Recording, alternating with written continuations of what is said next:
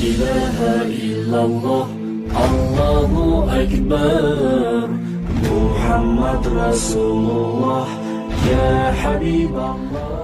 الحمدللہ ہدانا للایمان والاسلام والصلاة والسلام علی نبیہ الذی استنکسنا بہ من عبادۃ الاوثان وعلی آلہ النجباء البررۃ الکرام اما بعد فاعوذ باللہ من الشیطان الرجیم بسم اللہ الرحمن الرحیم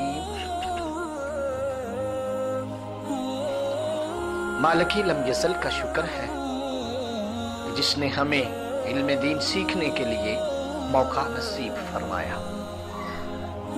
علم دین حاصل کرنا ہر مسلمان مرد اور عورت پر فرض ہے۔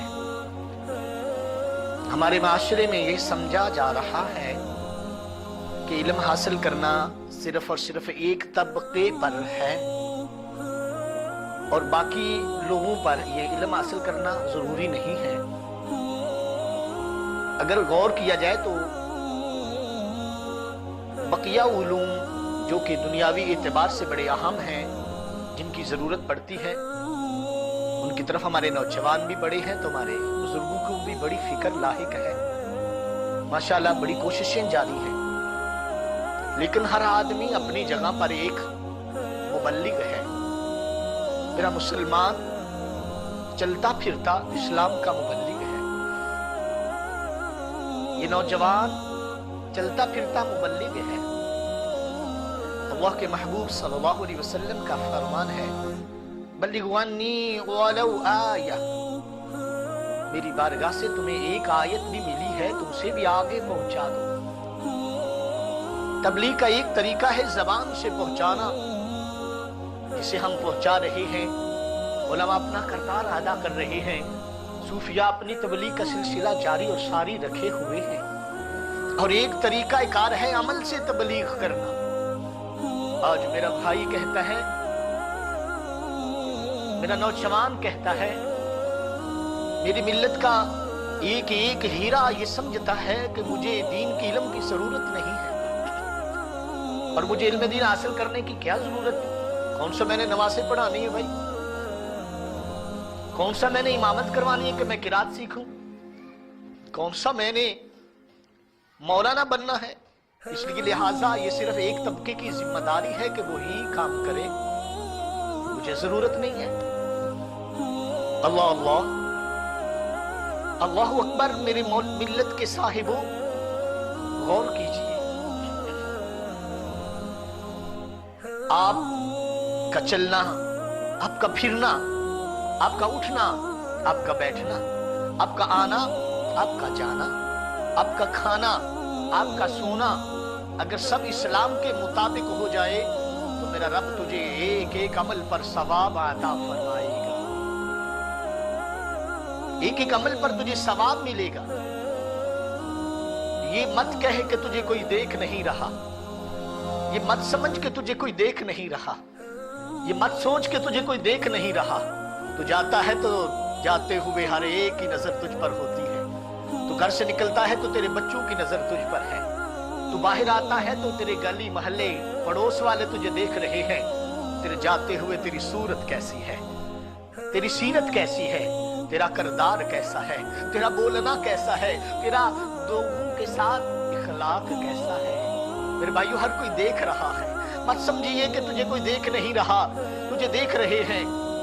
ایک بھکاری مسجد کے سامنے بھیک مانگ رہا تھا، بھیک مانگتے ہوئے ایک ایسا نوجوان آیا، پینٹ اس نے ڈالی ہوئی، لمبا چوڑا اس کا قد تھا، اس نے جیب سے بٹوا نکالا، بٹوا نکال کر پیسے نکالے، اس کو دے دیے، اور بٹوا ڈالتے ڈالتے آگے گزر گیا۔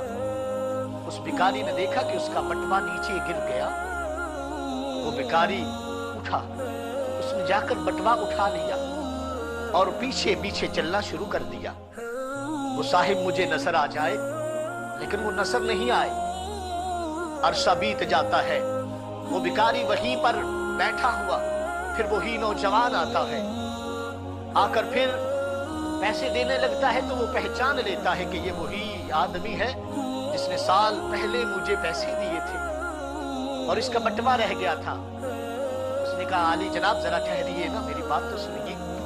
وہ رکتا ہے, کہا یہ آپ کا بٹوا ہے, آپ کی جیب سے گر گیا تھا تو میں نے بٹوے کو پکڑا, پکڑ کر کھولا, کھول کر دیکھا نا جتنے پیسے تھے اتنے پورے کے پورے تھے.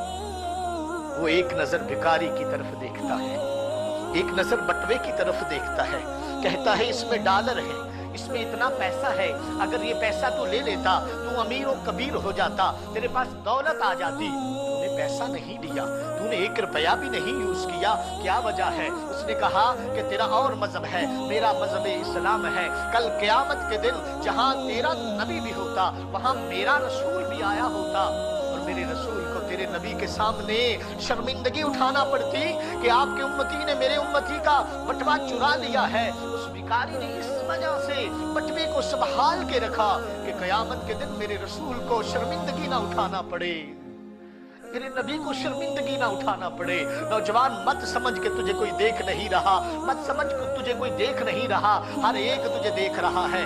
اگر تو تاجر ہے تو پھر بھی تجھے لوگ دیکھ رہے ہیں. بھائی تو کیسا تاجر ہے؟ تو ایماندار تاجر ہے یا لوگوں کے ساتھ خیانت کرنے والا ہے؟ تو اگر دکاندار ہے تو کیسی دکانداری کر رہا ہے؟